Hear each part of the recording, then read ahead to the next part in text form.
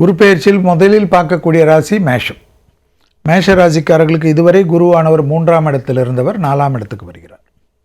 கண்டிப்பாக ராகவேந்தருடைய மந்திராலயம் செல்வது அல்லது மகான்கள் கோயில்களுக்கு செல்வது விசேஷமான பலனை தரும். எப்பொழுதும் இரத்த சம்பந்தப்பட்ட இரத்தத்தில் பரவக்கூடிய நோய் உபத்திரத்தில் சிறிது கவனமாக இருப்பது மேஷத்துக்கு முக்கியம். ஹீமோகுளோபினை ரெகுலராக செக் செய்து கொள்வது நன்மை தரும். மேஷ ராசிக்காரர்களுக்கு தொழில், உத்தியோகம், வியாபாரம், படிப்பு நிச்சயமாக இந்த குரு பெயர்ச்சியில் கிடைக்கும். சுபவிரயங்கள் மேஷ ராசிக்காரர்கள் இருக்கக்கூடிய வீட்டிலே ஏற்படும். பெரிய அளவுக்கு அனுகூலங்கள் காணப்படும்.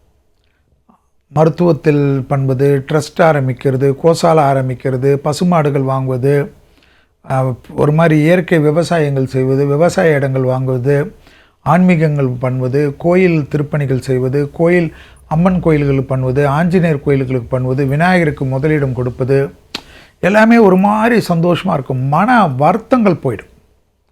எல்லாமே மேஷ ராசிக்காரர்களை எல்லாருமே வைத்து அவருடைய அன்பை வைத்து அவரிடத்தில் அதை செய்யுங்க, இதை செய்யுங்க, அப்படி செய்யுங்க, இல்லைன்னா கோச்சிக்கணும், அப்படியெல்லாம் பண்ணிட்டு இருப்பாங்க.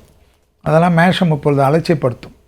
புது புது நண்பர்கள் மேஷத்துக்கு பெரிய அளவுக்கு உங்கள் மீது அன்பு கொண்டு பாசத்தை கொண்டு உங்களை அரவணைத்து கொள்வதற்கெல்லாம் நிறைய நட்பு கிடைக்கும். பெரிய மனிதர்கள் ஆதரவு கிடைக்கும். மகான்கள் ஆசீர்வாதம் கிடைக்கும். கடல் கடந்து அற்புதமான பயணங்கள் மேற்கொள்வீர்கள். கடல் கடந்து வீடு வாங்குறது, நிலம் வாங்குறதெல்லாம் ஏற்படும். வாகனங்கள் கண்டிப்பாக 7 வருஷம் 8 வருஷமாக மேஷம் வாங்காமல் இருந்திருக்கும். பழைய வண்டியே ஓட்டியிருக்கும். அதெல்லாம் மாறி அற்புதமான அமைப்பு ஏற்படும்.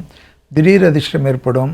தேக ஆரோக்கியத்திற்கு ரொம்ப முக்கியத்துவம் கொடுத்து மேஷ ராசிக்காரர்கள் உடற்பயிற்சி செல்வது, இல்லை மருத்துவமனையில் போய் டெய்லி போய் அதை ரீஜுனேட் பண்ணுறது, ரீஜுனேட் தெரப்பி பண்ணுறது, ஆயுர்வேதிக் தெரப்பி பண்ணுறது என்று எல்லாமே மேஷத்திற்கு நன்மையாக காணப்படுவதே நல்லா பார்த்துக்கலாம். தாய் வழி உறவு, தந்தை வழி உறவு மட்டும் கவனம். இரத்த பந்த உறவுகளுடன் மட்டும் மேஷராசிக்காரர்கள் பெரிதாக அழட்டிக்கொள்ளாமல் இருந்தால் மற்ற விஷயங்களெல்லாம் சாதகத்தையும் சந்தோஷத்தையும் ஏற்றத்தையும் நிச்சயமாக பெறுவார்கள் மேஷராசிக்காரர்கள்.